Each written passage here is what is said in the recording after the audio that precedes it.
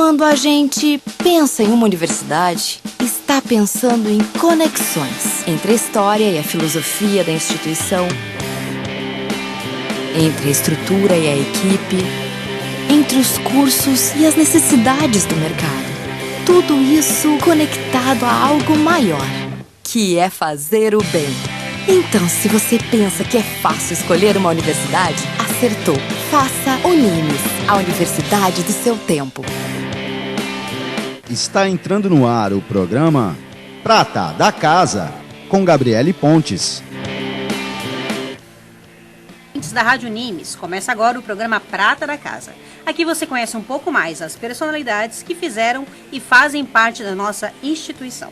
E no programa de hoje, nós conversaremos com o professor e coordenador do curso de Educação Física, que também faz parte da diretoria do CREF, que é Conselho Regional de Educação Física do Estado de São Paulo.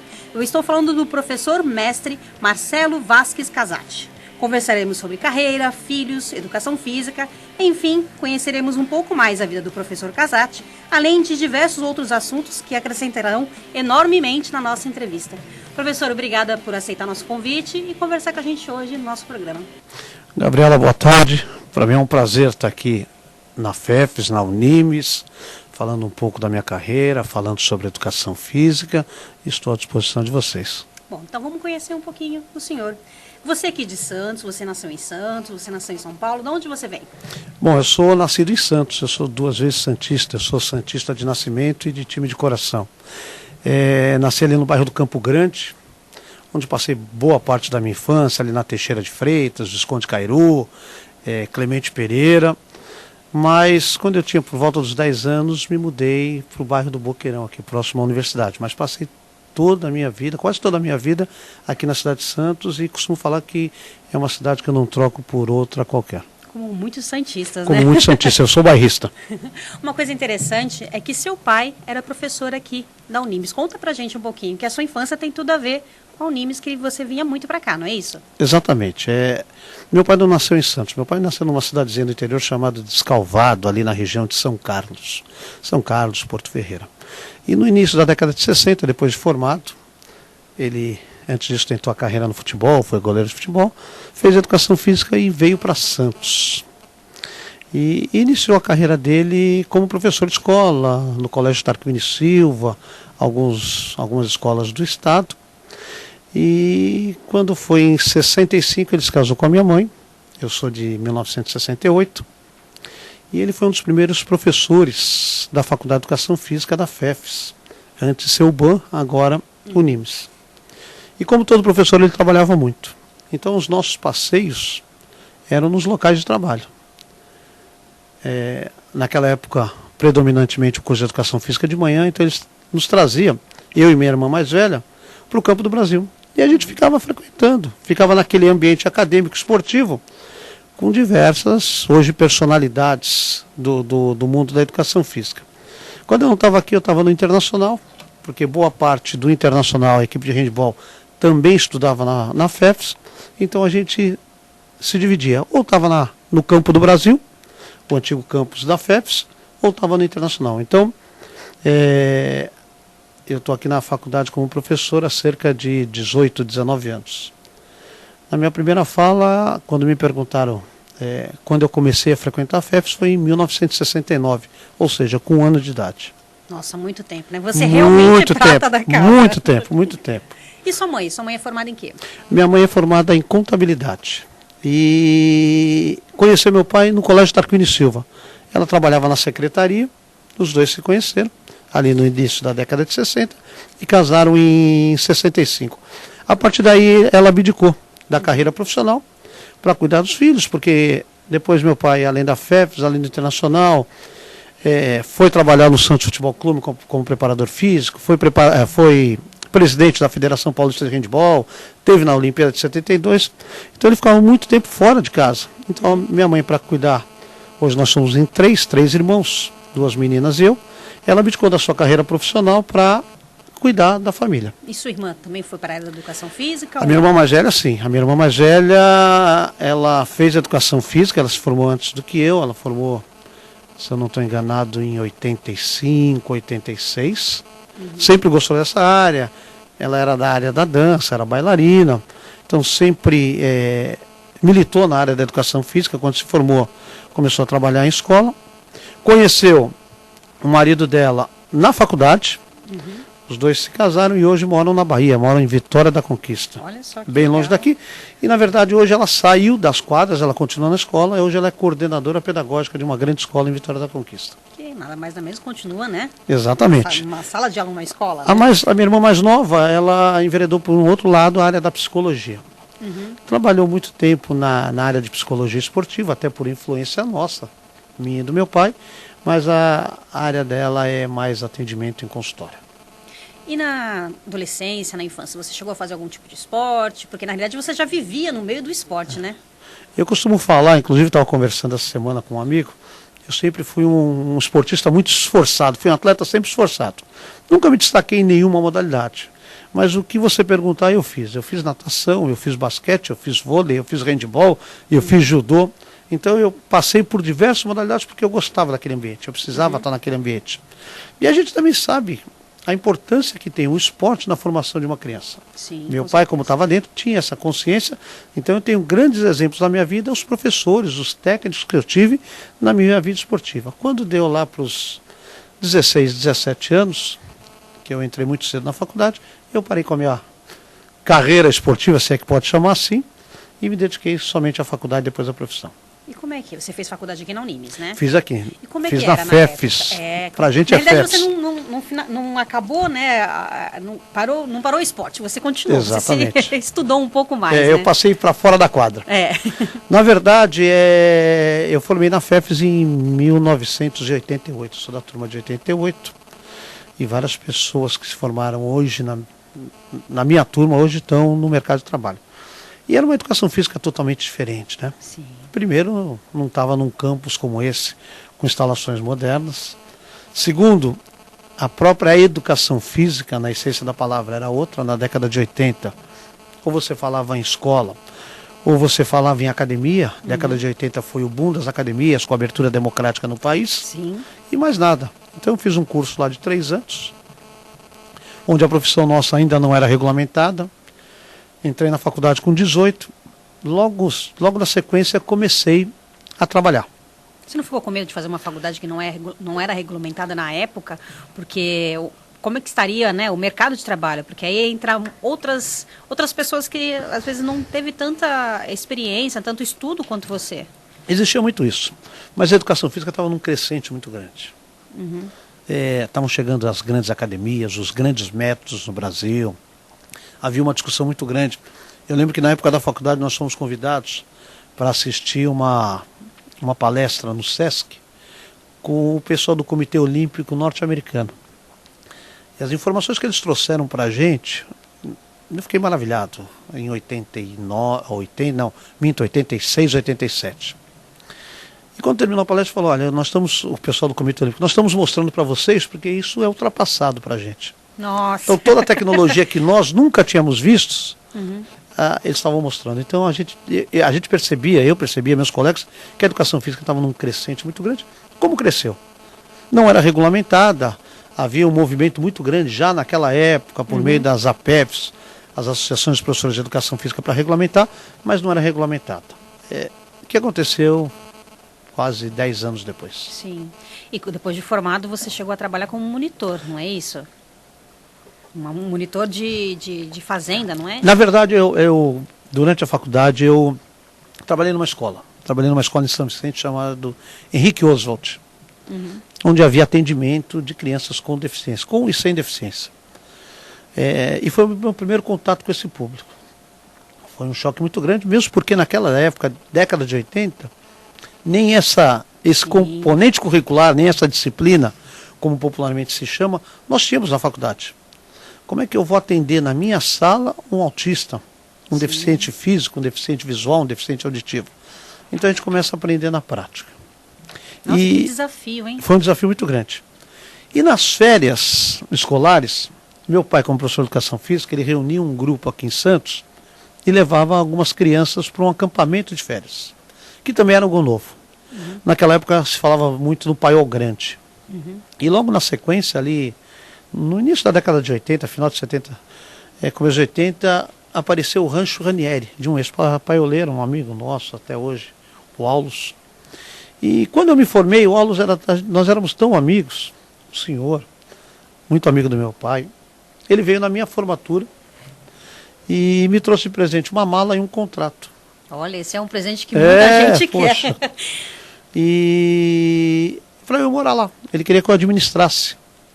Na verdade, um acampamento de férias, que durante as férias recebia crianças do país todo. E durante o ano você tinha estudos do meio, atividades recreativas, jogos. Então você recebia escolas praticamente todos os dias. Algo que está muito comum hoje. Sim. Eu acabei indo morar lá, ali em São Lourenço da Serra, saída para Curitiba, Itapecerica, São Lourenço da Serra, um lugar frio.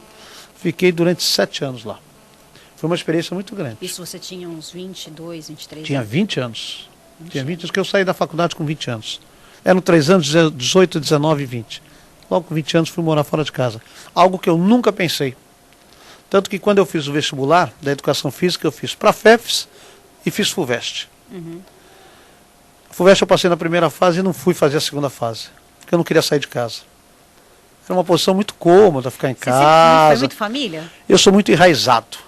Eu sou muito enraizado. Sou muito família, gosto muito de Santos. Eu lembro que quando eu dei aula em Universidade de São Paulo, para mim era um martírio sair de Santos, ter que dar aula lá e voltar. Então eu gosto muito de estar em Santos. E com 20 anos eu saí de casa, fiquei 7 anos fora de casa. Passava 10, 12 dias lá e 2 dias aqui para trocar a muda de roupa. E fiquei nesse vai e vem durante 7 anos. Você vinha com a roupa suja para sua Lógico, lógico. Afinal, ela também tinha que participar. Para ela participar. E conta pra gente, por que você decidiu largar a monitoria e voltar para Santos? Desgasta, você começa a perder a vida social. Porque enquanto todos estão de férias, aos finais de semana, convivendo com seus amigos, com a sua família, eu estava trabalhando. Meu final de semana era segunda e terça-feira, não tinha ninguém para sair, ninguém para conversar. Então, teve uma hora que eu cheguei para o Aulos e falei, Aulos, chega, vou voltar para minha terra. E quando eu voltei, uma das escolas que ia muito para lá, é uma escola tradicional de Santos chamada Pequeno Príncipe. Ah, sim. Do Cineia, a Edna, a Diva. Minha irmã já trabalhava lá. E quando eu saí de lá, elas ficaram sabendo. Falaram, pô, Marcelo, não quer vir dar aula aqui? E eu fiquei mais, se eu não me engano, mais 7 anos no Pequeno Príncipe. É só bastante tempo. Nesse meio termo, mais 7 anos, até uns 34, 35 anos. Nesse meio tempo, eu conheci um amigo também do meu pai, que já faleceu, Miguel Pires. Isso foi em 1985, 86. Ele já sondava a gente para ir para o tênis clube. Em 96, ele me convidou para assumir a gerência de esportes. 96, 97, ele me convidou para assumir a gerência de esportes. Eu tinha uma experiência no acampamento, em gerenciamento, mas nunca tinha gerenciado um clube.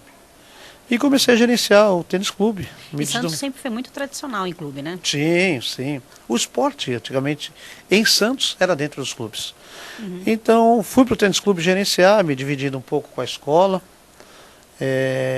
Alguns anos depois, se isso foi em 96, 98, eu fui convidado para vir para a universidade. E fiquei no tênis clube, gerenciando o tênis clube por 19 anos. E quem te chamou para vir começar a dar aula aqui na Unimes? Era um julho de 98. Eu estava lá no tênis clube. O professor Dirceu Leal, diretor da época, me convidando para uma conversa, uma reunião. Eu havia sido atleta dele de basquete. Ele até hoje milita no basquete. Eu havia sido atleta e ele me chamou para uma conversa. E eu vim para uma conversa, ainda lá no Campo do Brasil. A faculdade ainda estava lá. E ele veio expor que havia uma disciplina chamada Teoria Geral dos Esportes, onde se discutia os documentos filosóficos da educação física e a estruturação da educação física no país, que um professor dava, e ele teria que largar, porque não teria condições, porque eu não queria assumir essa aula.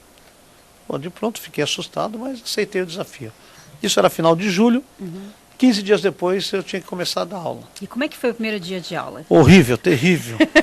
Porque mudou tudo, né? Sua Totalmente. carreira era voltada realmente, né, na parte prática, e de repente você tem que começar a ensinar essas pessoas a fazer, né? Na verdade, você na educação física, e penso que em qualquer outra profissão, na educação física particularmente, você aprende a ser professor de academia, professor de escola, trabalhar em clube, mas você não aprende a ser professor de faculdade. Como é que eu vou formar um outro professor? Então, quando ele me convidou, eu comecei a relembrar das aulas que eu tinha na faculdade. E me espelhei em 3 professores. O próprio professor de Seu Leal, o professor Geraldo Fagiano e o meu pai, Godofredo Casati. Os 3 eram muito rígidos. Essa lembrança eu tenho. E eu entrei na sala tentando ser muito rígido. 10 anos, 12 anos depois que eu havia me formado. Foi horrível a minha aula. Os alunos não me aturavam e eu não aturava os alunos. E aí eu fui me reinventando como professor.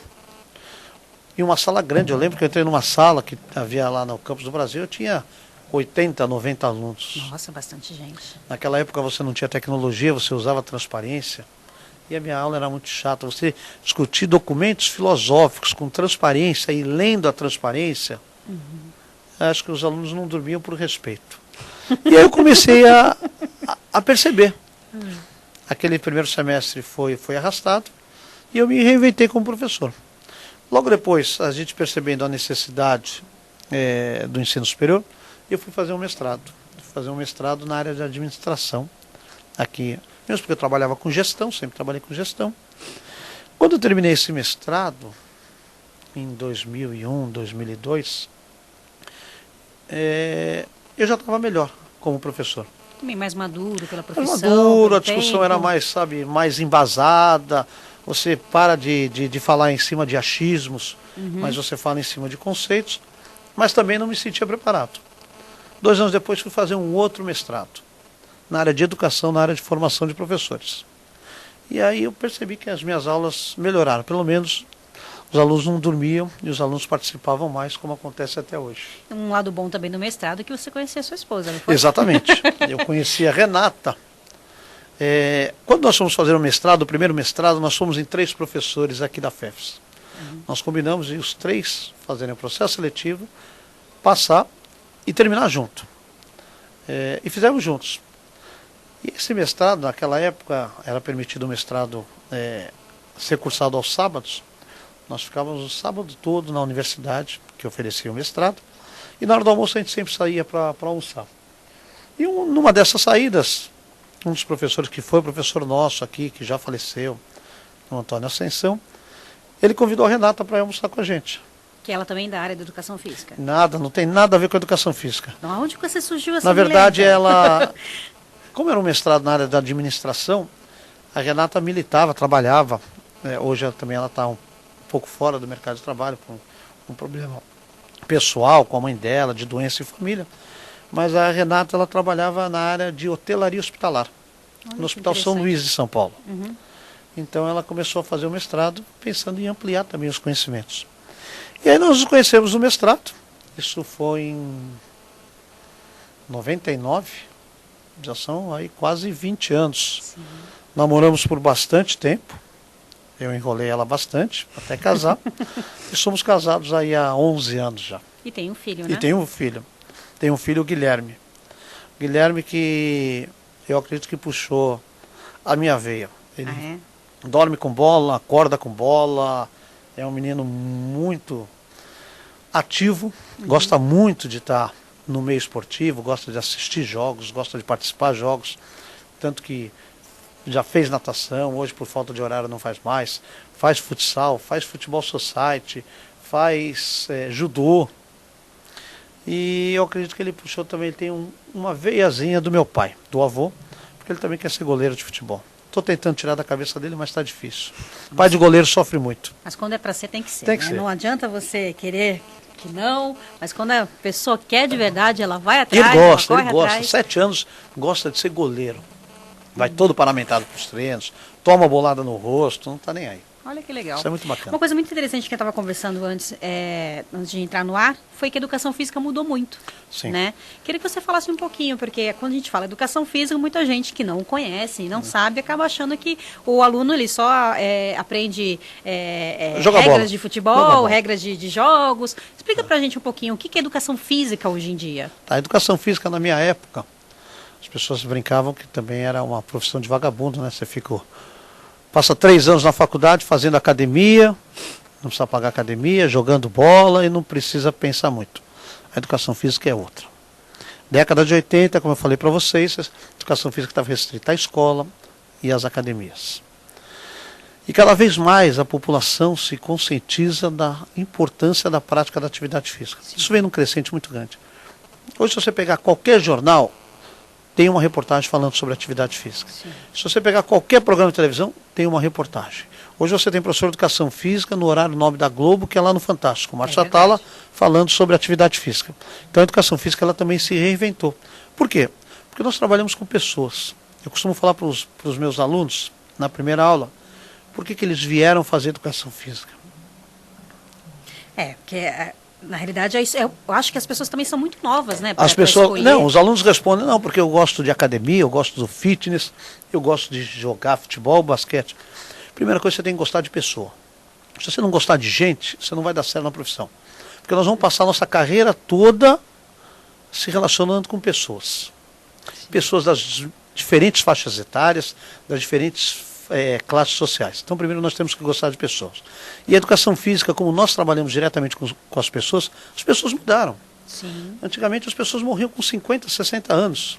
Hoje em dia não. Tenho a minha sogra em casa com 92. Uhum. Tem os problemas de saúde dela, mas ela tem uma qualidade de vida em cima dos 92 anos. Então, a educação física foi se reinventando conforme as pessoas foram vivendo mais, foram vivendo melhor. Então, hoje a educação física ela deixou de ser aquela bola na quadra e deixou de ser academia. Hoje, a educação física está em todos os segmentos da sociedade.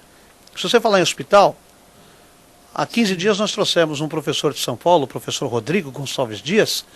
Ele trabalha dentro do INCOR, do Instituto do Coração em São Paulo, fazendo um estudo sobre genética e atividade física. Como a genética pode influenciar diretamente na performance de atletas, ou até mesmo no prolongamento da vida. Nós temos hoje a educação física melhorando a qualidade de vida e aumentando a expectativa de vida dos idosos. Sim. Hoje nós temos a educação física como ferramenta de inclusão social, seja para aquela que foi excluída socialmente ou por ser uma pessoa que tem alguma deficiência. Então hoje a educação física ela se reinventou, hoje a educação física está em todos os segmentos. E os cursos de educação física tiveram que acompanhar. Como eu falei para vocês, em 88, quando eu fiz a faculdade, ela não era regulamentada. A regulamentação da educação física veio somente em 1998, a Lei 9696 de 98, que traz lá no seu texto que somente pode exercer a profissão quem é formado regularmente num curso superior de educação física. Ponto. Então a educação física deixou muito de ser empírica, hoje a educação física é estudo. Muitos alunos tomam um susto quando entram na faculdade, e me perguntam, professor, a gente não vai jogar nada? Não. Aqui nós não estamos preparando atletas. Sim. Nós estamos preparando formadores, nós estamos preparando professores, e hoje a FEFES, um grande diferencial, nós estamos preparando pesquisadores. Sim. Hoje a educação física, ela fomenta muita pesquisa. Hoje, quando nós vamos ministrar um exercício para o nosso aluno lá na academia, eu já consigo projetar o resultado que eu vou ter. Antigamente era muito no achismo. Hoje nós trabalhamos em cima de uma certeza. Hoje nós trabalhamos em cima de uma ciência. Então, 98 regulamentou a profissão. Logo depois, a formação da educação física foi separada. Licenciatura e bacharelado. Licenciatura para você ministrar atividades dentro do ambiente escolar. E o bacharelado para ministrar atividade em qualquer local que não seja o ambiente escolar. Sim. Escola, licenciatura, academia, clube, personal, acampamento de férias, recreação, o bacharel. Olha só que interessante, né? Ou um leque que também tem a profissão, né? Que muita gente acha, não, só vai dar aula. Mas não, esse realmente é um leque muito grande, né? Eu costumo falar para os alunos que só fica desempregado na educação física quem quer. Sim. Logicamente que quando você inicia a carreira, você não ganha satisfatoriamente. Mas você tem que entrar no mercado de trabalho. Sim. Você tem que botar a sua cara. Sim. E hoje a educação física tem muitas opções. Você sai aqui da Unimes, da FEFS, na frente tem um centro de convivência. Tem atividade física. Sim, com certeza. Você- E a educação física, ela tem se chocado com profissionais da área de saúde, no caso do fisioterapeuta, porque é um pouco confuso para algumas pessoas, né? Sim, a linha entre educação física e fisioterapia é uma linha muito tênue. A gente costuma, quando conversa sobre o assunto, o fisioterapeuta ele trabalha com o paciente e o profissional de educação física trabalha com o cliente. O fisioterapeuta ele trabalha com o paciente quando já existe uma patologia instalada. Você tem algum problema. O profissional de educação física ele trabalha na prevenção. Então eu vou fazer um fortalecimento muscular para que você não tenha um problema no joelho, para que você não tenha um problema na coluna. Então o profissional de educação física, essa linha que a gente procura separar nós não trabalhamos com pacientes. A pessoa não está com uma patologia instalada. Nós trabalhamos na prevenção e manutenção da saúde. Já o fisioterapeuta trabalha na recuperação de uma patologia instalada. E aí os alunos, as pessoas perguntam, como nós estamos dentro do CREF, Assim, depois eu queria falar um pouquinho sobre o CREF. as pessoas perguntam, mas lá na academia tem aula de hidroterapia que um fisioterapeuta dá. Aí eu faço um exercício com eles. Quando você vai fazer uma terapia, quando você vai numa consulta médica, você vai em grupo ou você vai individualmente? Por exemplo, eu quando vou no meu cardiologista, eu vou individualmente, Sim. não vou em grupo. Então, o fisioterapeuta ele não trabalha em grupo. Como é que eu posso consultar várias pessoas da mesma forma, se a sua patologia é diferente da dele? Sim, com Se a gente certeza. trabalha prevenção, a gente pode trabalhar concomitantemente várias pessoas. Então, quando tem uma hidroterapia e é um fisioterapeuta, isso é um erro. Se ele está fazendo um trabalho individualizado, perfeito. Sim, Trabalhou em grupo, é o profissional de educação física. sim. Então esse é o grande diferencial. Esse é o né? grande diferencial. Viu? Tem mais do que... Você tem o Pilates, tem o Pilates solo, que na verdade o Pilates é uma marca, a atividade não deixa de ser um alongamento, uma atividade física, o Pilates aparelhos. Então, é um confronto, até no bom sentido, porque nós temos um relacionamento bom com o Conselho de Fisioterapia, para deixar bem claro aonde está o profissional de educação física e aonde está o fisioterapeuta. Sim. O profissional de educação física está dentro do hospital, mas o cara está lá numa cama hospitalar. O que o profissional de educação física vai fazer? Ele vai prevenir que uma outra patologia não se instale nesse paciente. Então, para ele é um cliente. Sim. Para o fisioterapeuta, ele está recuperando o indivíduo de uma cirurgia, de uma lesão, seja lá o que for. Então, é uma linha muito tênue. Mas assim fica totalmente claro, né? Bom, vamos falar um pouquinho do CREF, do Conselho Regional de Educação Física. Isso. Você é diretor, né? Fala um Exatamente. pouquinho, o que é o CREF, como é que funciona, qual é a sua função? Com a regulamentação da Lei 9696 em 1998, regulamentou a profissão e criou os conselhos regionais e conselhos federais. Hoje no país todo nós temos cerca de 320 mil profissionais registrados. Só no estado de São Paulo são 140 mil. O CREF São Paulo é o maior CREF do país. E há algum tempo eu fui convidado para fazer parte do grupo de conselheiros. Nós somos hoje em 28 conselheiros.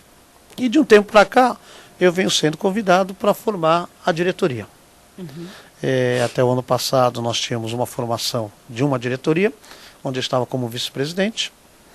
E a partir desse ano, como mudou a diretoria, o presidente que assumiu, pediu que eu continuasse no grupo e eu assumi a primeira secretaria. Até pelo conhecimento que eu tenho Sim. dentro do conselho de alguns anos, pelo conhecimento de gestão. Então nós estamos lá. Rotineiramente nós fazemos as reuniões em São Paulo, temos reuniões na nossa sede em São Paulo ou na nossa seccional em Campinas, onde atendemos os profissionais, onde discutimos os mais diferentes temas. Às vezes uma prefeitura abre um concurso público para professores de educação física e deixa qualquer pessoa se candidatar ao cargo, o CREF vai lá, autua. Sim. Nós temos hoje como carro-chefe dentro do Conselho, o objetivo principal, a fiscalização do exercício profissional, ou seja, só pode exercer quem é formado e regularmente registrado. Sim, isso é importantíssimo, para fortalecer, Exatamente, né, a profissão. fortalecer. Se a sociedade só vai reconhecer os profissionais de educação física se o próprio profissional de educação física reconhecer a importância que ele tem para a sociedade. Sim. Então, rotineiramente a gente está subindo para as reuniões, faço parte de algumas comissões. Eu vejo que uma das mais importantes é a comissão de ética. Sim. Infelizmente nós temos uma demanda muito grande de profissionais que ainda escorregam em questões éticas dentro da profissão, mas a maioria esmagadora são profissionais que trabalham dentro do nosso código de ética, dentro dos preceitos éticos da profissão, percebendo a posição que ele tem dentro da sociedade, a importância que ele tem dentro da sociedade. Então eu estou lá no CREF, eu não vou te precisar quanto tempo, mas pelo menos há uns 10 anos. Uma coisa que a gente estava conversando nos bastidores também, né? A gente conversa muito aqui nos bastidores, sobre a tocha olímpica que vai passar aqui na nossa cidade. Fala pra gente que dia que ela vai passar, como é que vai ser o percurso, como é que está sendo a preparação? Bom, com relação à tocha olímpica é tudo sigiloso. Como só estamos conversando nós dois, eu vou abrir para você. Há mais de um ano a gente vem com reuniões com o pessoal do Comitê Olímpico Brasileiro e do Comitê Organizador do Rio 2016. Quando eu falo nós, eu também trabalho na Secretaria de Esportes em Santos. Sou professor concursado, na verdade não é professor, é técnico desportivo o meu cargo, mas sou concursado dentro da Secretaria de Esportes. E a gente vem numa discussão muito grande em trazer a tocha para Santos. E são 300 e quase 400 cidades que vão receber a tocha. E dessas 400, somente 83 ou 84 são chamadas cidades de celebração, ou seja, que a tocha vai dormir. E Santos é uma delas. Que legal, hein? Então é uma responsabilidade maior ainda. Estamos fazendo inúmeras reuniões, está fechado, aí eu convido todo mundo, convoco todo mundo para ir para a rua. No dia 22 de julho, a tocha chega às 11 horas no Parque Roberto Santini. Para quem é de Santos, o emissário. Lá no emissário, às 11 horas do dia 22, é uma sexta-feira. Nós vamos fazer uma grande festa com a tocha em Santos. Isso foi um pedido do nosso secretário, isso foi um pedido do prefeito Paulo Alexandre, que fique marcado como Santos uma das referências, já é uma referência esportiva, mas que seja uma referência na passagem do fogo simbólico. Ela vai percorrer mais de 20 quilômetros na cidade, são quase 120 condutores que foram escolhidos pelos patrocinadores, pelos 3 patrocinadores, pelo Comitê Olímpico Brasileiro e alguns pelo Poder Público, pela Prefeitura de Santos. Esses nomes ainda são mantidos em sigilos, até mesmo por questão de segurança. Mas dia 22 ela chega às 11 horas no emissário e o percurso dela termina às 19 horas com uma grande festa na Praça das Bandeiras, ali no Gonzaga. Olha que legal. Passa pelo Santos Futebol Clube, passa pelo Aquário, passa pelo Rebouças, passa pela Unimes, pela frente da Unimes, passa pelo Coliseu, pela Prefeitura, Museu Pelé. É um roteiro muito grande, é um dos maiores roteiros que tem no país todo, é a cidade de Santos. E o santista, ele é muito esportista, né? A gente vê na nossa praia sempre a gente correndo, sempre fazendo atividade. Eu acredito que todo mundo vá também prestigiar, que é uma coisa tão importante, né? A Olimpíadas no país. A única que nós vamos ver. Eu, pelo menos com 48 anos, eu não vou ver outra. Tenho certeza disso. Ah, não se sabe, mas hoje em dia com a educação física, né, a longevidade está aí, quem sabe aí. O seu pai teve na Olimpíadas, é isso, em 72? Em 72. Em 72, o handball, ele retornou para os Jogos Olímpicos. E como ele era presidente da Federação Paulista de Handball, alguns técnicos foram convidados pelo Comitê Olímpico Brasileiro a ir. Ele era técnico de uma das maiores equipes do país, que era o Clube Internacional de Regatas. Alguns técnicos foram convidados a ir na Olimpíada para ver a retomada do handball e o nível que estava o handball. Então foram alguns técnicos e ele foi um desses convidados em 72. Então se espera aí uma grande festa para a tocha. Santos, né? vai fazer uma festa marcante, você pode ter certeza. Mais para frente nós vamos divulgar nos locais, os locais onde a tocha vai passar, o horário que vai passar, para as pessoas irem para a rua. Sim. É uma festa muito bacana, é um acontecimento único para o nosso país.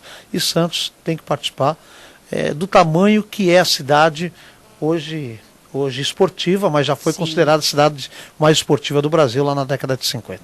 Falando em esportista, vamos voltar um pouquinho para o curso de Educação Física aqui na Unimes. A gente tem muitos atletas, aqui na Unimes, que com bolsa. Fala um pouquinho dessa importância de unir, né, esses atletas na faculdade. Hoje o atleta, aqui também, mas hoje o atleta percebeu que a carreira de atleta é curta. E quando ele parar, ele precisa ter uma formação. Sim. E muitos atletas procuraram a reitoria da universidade, a mantenedora da universidade, querendo vir estudar na FEFES pela tradição que a faculdade tem, a faculdade do Pelé, a faculdade do Leão, e assim por diante. Então hoje nós temos vários atletas.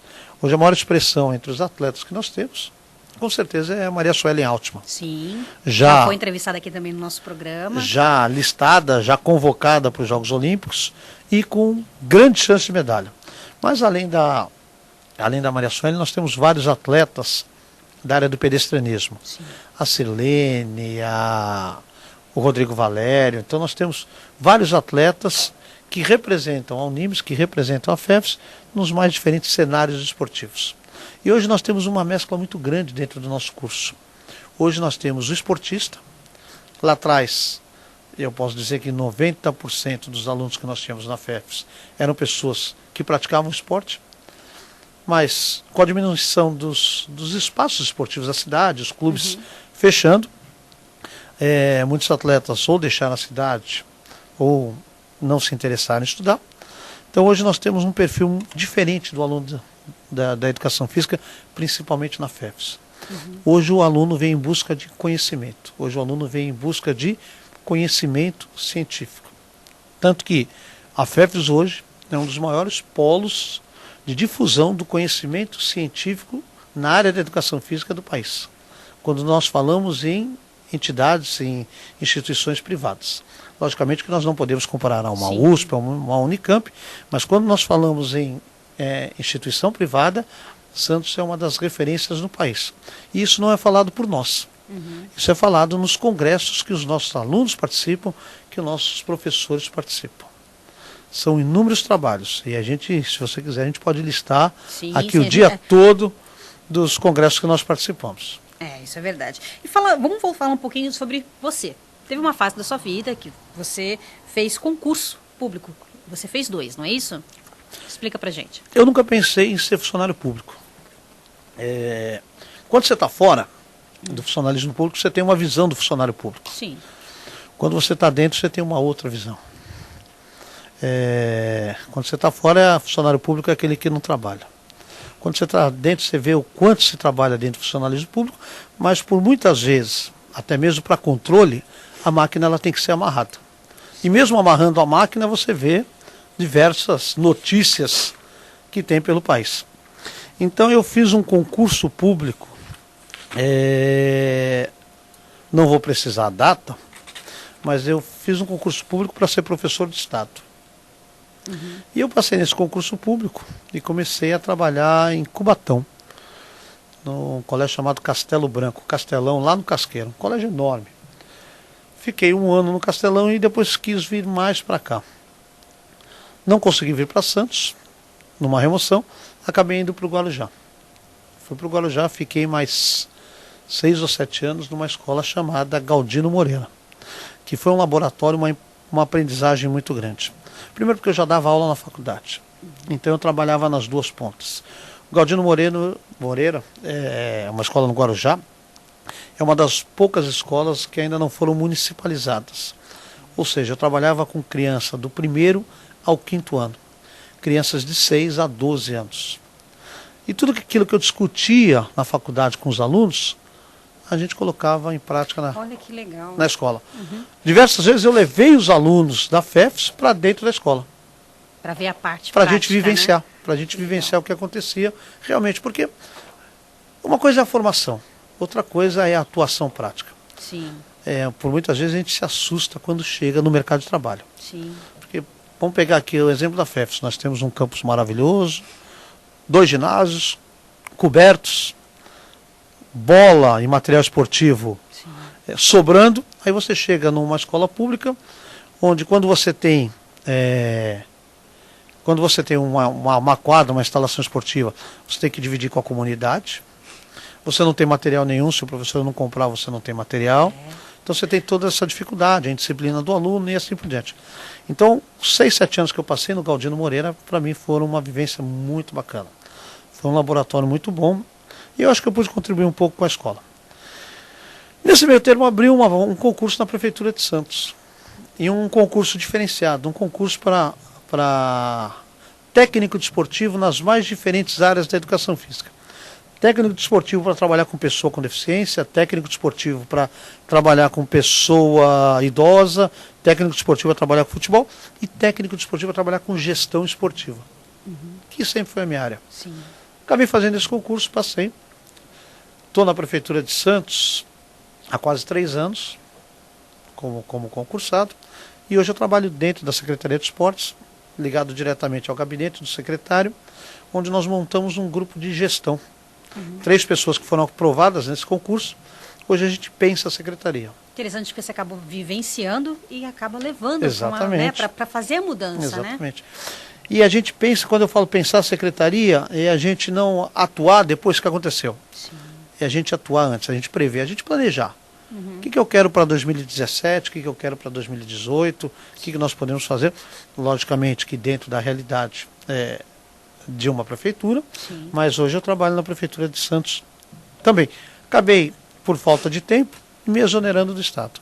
Tive que exonerar do Estado, então hoje eu só estou na Prefeitura de Santos, além aqui da faculdade. Mas o tempo que eu passei lá no Guarujá, lá no Galdino Moreira, foi uma experiência única. Quem dá aula no Estado não esquece mais, com todas as dificuldades, com todos os riscos, ganhando pouco, mas é um laboratório. Mas também, talvez por isso, né? Por tanta dificuldade e tá ali vencendo a cada dia, tá ali buscando a cada dia. Deve ser parecido com aquele médico que vai para a emergência, que chega tudo na sua mão. E você acaba aprendendo. E na escola chega tudo.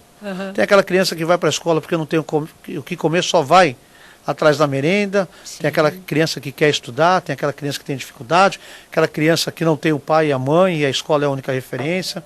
Então, na escola acontece tudo. Olha só, que legal, né? Vivenciar isso, né?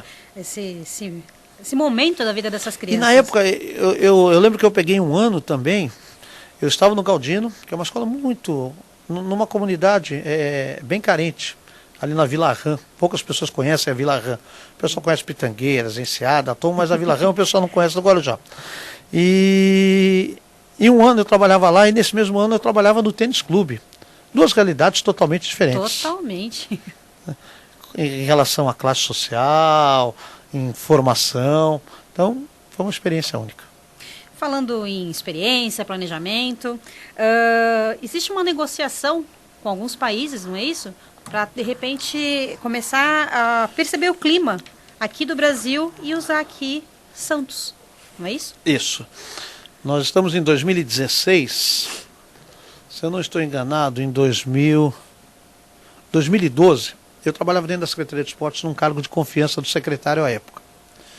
Um professor de Educação Física também formado na FEFES.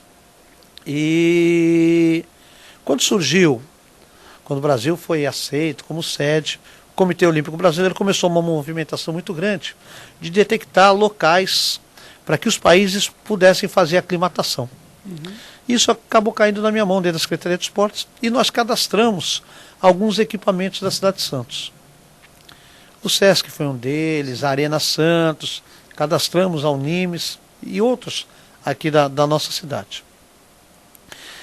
E chegou agora mais próximo das Olimpíadas, esse cadastro foi visto por alguns países. E alguns países, dentro lá da nossa equipe de gestão dentro da Secretaria de Esportes, entrou em contato conosco, sabendo que a Unimes, que a FEFES é uma referência no judô, querendo trazer alguns países para fazer a aclimatação do judô aqui no nosso campus, aqui na nossa faculdade. Que judô também é muito forte aqui na Exatamente, nós temos Maria Sueli, nós temos o próprio professor Marcelo Figueiredo com vários atletas. E essa negociação, essa conversa está muito avançada. Eu poderia dizer que 90% de chance de nós recebemos pelo menos 4 países que vão fazer adaptação ao clima na nossa cidade. Por quê? E na nossa cidade, no nosso campus, aqui na Unimes. Porque Santos é muito parecido com o Rio de Janeiro, com relação a clima, altitude, então é o que eles estão procurando. 4 países nos procuraram, já estão fazendo reserva de hotéis, já compraram passagem para vir aqui para São Paulo, para descer para Santos. Estamos aguardando mais um. Então, esses 4 países que nos procuraram foi o Egito, a Tunísia, o Azerbaijão e a Argélia. Olha que legal. Estamos tentando fechar com mais um, que ainda a gente não pode nem divulgar, que esse, se vier, é uma grande força do judô. Tem projeção de ganhar 5 medalhas de ouro no judô. Então, se nós mas dentro desses 4, tem campeão mundial, tem 5º, 6º colocado no ranking mundial. E essa semana nós fomos procurados por um país querendo informações da nossa piscina, com relação a nado sincronizado. Que legal. Para a gente foi uma surpresa, porque nós, quando preenchemos lá o formulário do Comitê Olímpico, nós não colocamos o Nimes como nado sincronizado. Mas ele deve ter buscado no nosso site, ou até no histórico das pesquisas que se faz aqui na FEFES e descobriu a nossa piscina. Sim. Então já estamos trocando e-mails com esse pessoal. Provavelmente um representante esteja no sábado aqui, para ver as nossas instalações, para ver se a gente também consegue fechar com o nado sincronizado. Olha só que legal. Então, o Nimes realmente fazendo parte, né, das Olimpíadas. O Nimes fazendo parte de 2 maneiras. Com a aclimatação e a tocha passando aqui na porta. Sim. E uma pessoa da Unimes, que a gente não pode ainda divulgar, mas uma pessoa da Unimes está sendo escolhida para ser condutor da tocha. Vamos ficar esperando ansiosos, Exatamente. né? Bom, o nosso tempo está ficando curto, mas antes disso eu preciso fazer a pergunta para você, que é sempre a última pergunta que eu faço para os nossos convidados. O aluno que pretende fazer FEFES, o que ele pode esperar da instituição? O que ele pode esperar dos professores? Primeiro, aqui nós não formamos atletas, nós formamos professores. Segundo, hoje o estudo, a difusão do conhecimento e a pesquisa na faculdade é muito forte. Vou te dar um exemplo. Nós acabamos de ter 3 professores da FEFES apresentando trabalho no maior congresso de ciências do esporte do mundo, que é o congresso do American College, do Colégio Americano de Ciências do Esporte. 3 professores tiveram trabalhos selecionados para ir apresentar. Nós hoje temos, dentro do Celafiscas, que é o maior congresso de ciências do esporte do país, o maior número de trabalhos é da FEFES, batendo universidade pública. Nós temos o Congresso Olímpico Mundial, que vai acontecer entre os Jogos Olímpicos e Jogos Paralímpicos, vai acontecer aqui em Santos. E a FEFES já tem 6 trabalhos aprovados para serem apresentados. Então, quem vem para a FEFES vai buscar conhecimento. Nós não queremos formar atletas, nós queremos formar professores com embasamento científico muito forte.